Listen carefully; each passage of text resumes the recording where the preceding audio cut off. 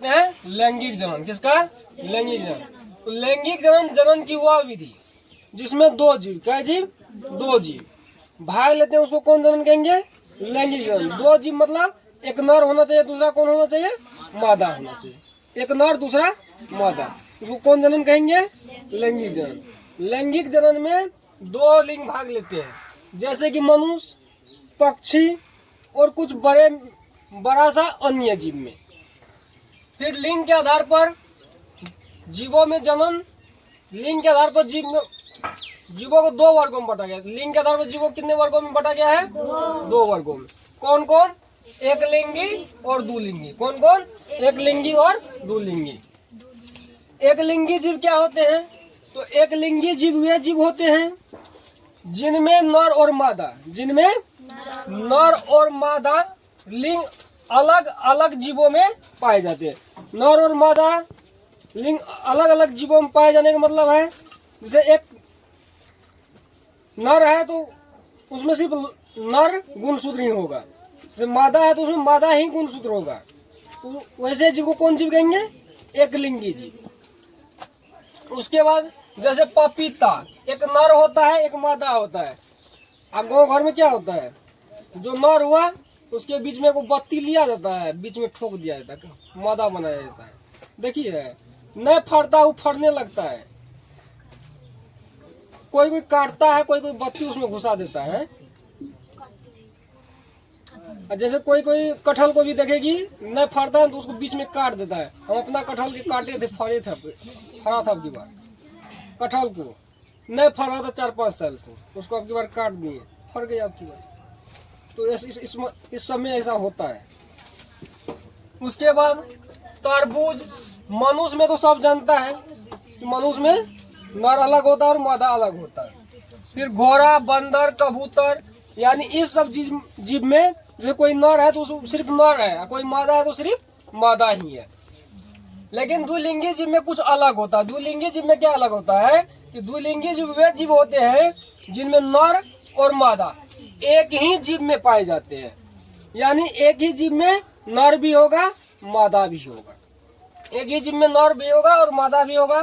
तो यानी ऐसा कौन सा होता है? तो सरसों सब जानती है, तोरी सब जानती है ना, जो खेत में गेहूं के साथ बुनते हैं, उसी को सरसों बोला जाता है। उसमें तुम देखना कि उसमें जो है नर और मादा एक ही में रहता है, नर और मादा एक ही में रहता है। किसमें? सरसों में। उसके बाद केचुआ, उसके बाद हाइड्रा जो जीव होता है उसमें भी नर और मादा दोनों होता है। गुड़हल में भी होता है और डंठल, ऐसे कई पौधे होते हैं जिनमें द्विलिंगी होते हैं। तो लैंगिक जनन, एक लिंगी और द्विलिंगी, समझ गए ना? इससे आगे बताते हैं। पौधों में सामान्यतः नर और मादा एक ही पुष्प में होते हैं, यानी अधिकांश पौधा जो होता है उसमें नर और मादा दोनों एक ही में होता है। इसलिए पौधा सामान्यतः क्या होते हैं?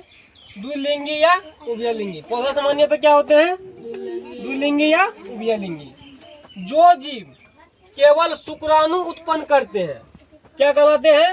नर कहलाते हैं। जो जीव केवल शुक्राणु उत्पन्न करते हैं क्या कहलाते हैं? नर कहलाते हैं। जो जीव केवल अंडाणु उत्पन्न करते हैं क्या कहलाता है? मादा कहलाता है। जो जीव केवल अंडाणु उत्पन्न करते हैं क्या कहलाता है? पादपों में जनन अंग किस में होता है? पुष्प में होते हैं। पादपों में जनन अंग किस में होता है? पुष्प में होता है। पुष्प का डंठल वृंत जिसकी सहायता से पुष्प पकड़ा जाता है, यानी फूल जो होता है और डंठल जो होता है, जैसे यहाँ मान के चलो ये फूल है और ये डंठल है, इससे जो जुड़ा रहता है इसको क्या कहेंगे? डंठल या वृंत। क्या कहेंगे? डंठल या वृंत कहेंगे। क्या कहेंगे? वृंत। जब पुष्प कोढ़ी अवस्था में रहता है, जैसे पुष्प निकला तो कोढ़ी अवस्था में रहता है, तो कोढ़ी अवस्था में होते हैं तो उसे सुरक्षा देने वाली पत्ती बैदल पुंज कहलाती है। सुरक्षा देने वाली कोढ़ी क्या कहलाती है? बैदल पुंज कहलाती है। यानी जब पुष्प कोढ़ी अवस्था मतलब पूरी तरह से खिला नहीं, कोढ़ी अवस्था में, तो उसको सुरक्षा देने के लिए जो पत्ती सुरक्षा देता है उसको क्या कहेंगे? बैदल पुंज।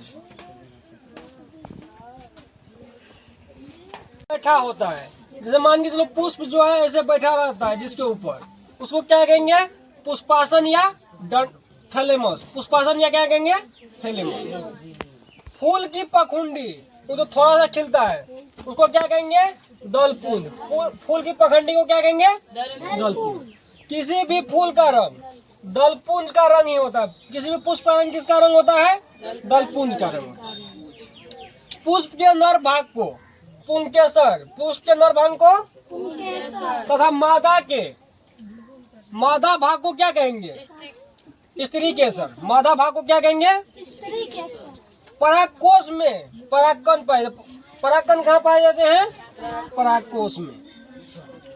अंडाशय, वर्तिका एवं वर्तिकाग्र पुष्प का मादा जननांग। पुष्प का कौन जननांग है? मादा जननांग है। पुष्प में निषेचन की क्रिया अंडाशय में होता है। पुष्प में निषेचन की क्रिया कहाँ होता है? मनुष्य में निषेचन की क्रिया कहाँ होता है? फेलोपियन ट्यूब यानी फेलोपियन नलिका में। तो वैसे पुष्प में निषेचन क्रिया कहाँ होता है? अंडाशय में।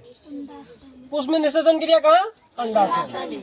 निषेचन के बाद अंडाशय फल और बीजांड बीज बनाता है, यानी जब निषेचन क्रिया हो जाता है फूल में तभी वो फल या बीज बनाता है। लिखो इसको।